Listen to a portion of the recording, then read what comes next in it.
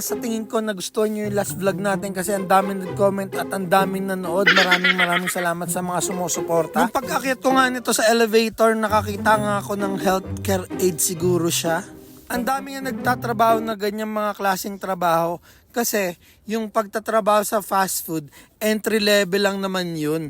Pero pag wala talaga kayong choice, pwede rin naman kayo magtrabaho sa mga fast food. Kaya maraming hiring dito sa mga fast food kasi pagka nagkaroon na sila ng permanent resident, umaalis na talaga sila dahil hindi naman ganun kalaki ang sweldo doon. Alam na alam ko yung kasi naranasan ko mag Tim Hortons food counter attendant. Naging baker din ako doon.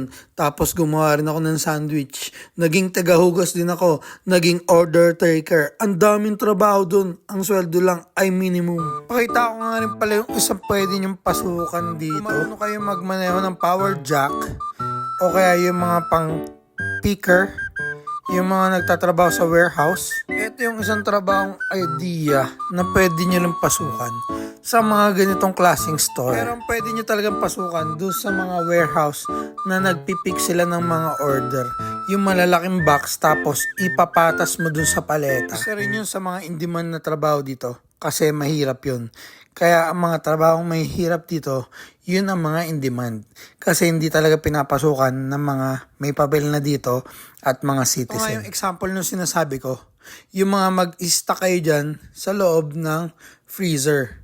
Yan yung gagamitin nyo yung power jack. Katulad niyan, yan yung mga trabahong pwede yung pasukan. Dun sa mga nagtatanong nga pala at nagme-message sa akin kung paano mag-apply, no? Panoorin nyo kasi yung vlog, tapos dun kayo magsasend ng resume, hindi po sa akin. Hindi naman ako Canadian immigration consultant. Mabalik na tayo dito sa aking vlog. Kaya ako nagpunta dito, naghahanap nga pala ako ng cough syrup. Hindi pala cough syrup, ang hinahanap ko pala yung gamot sa sipon.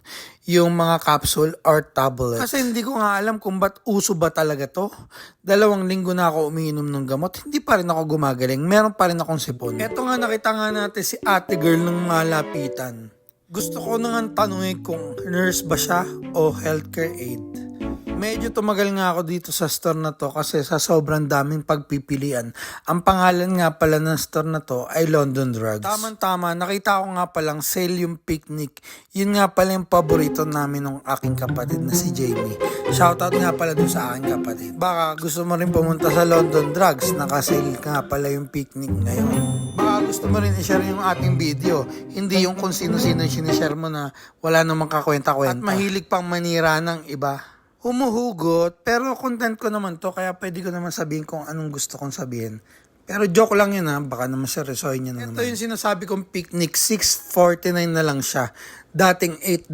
Dati ang mura lang nito nung nagpapadala pa yung nanay ko pag bumibili kami sa duty free. Pero ito, real talk lang ha. Marami talaga dito ngayon lang naka-experience ng mga ganitong bagay, kaya parang excited pa sila. Kami, hindi sa pagmamalaki, naranasan na rin namin yung mga ganitong buhay dati. Kaya hindi kami mahilig sa chocolates, tsaka doon sa mga imported goods. Ang tawag nga pala dito sa mga ganitong klaseng mga tao, yun yung tawag sa Bisaya, yung tagaw.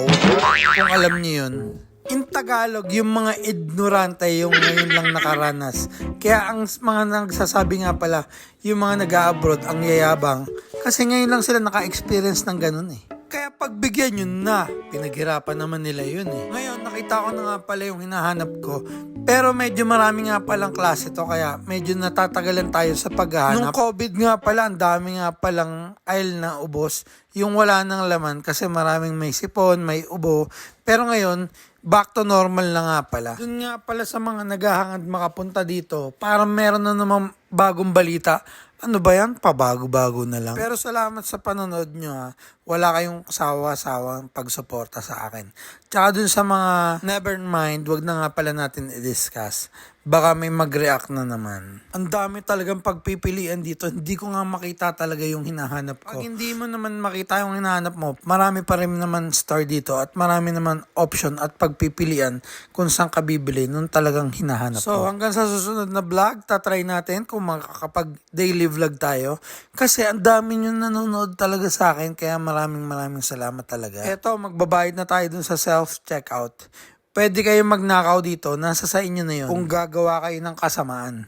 Pero hanggang dito na lang talaga ang ating video. Maraming salamat po. Bye-bye.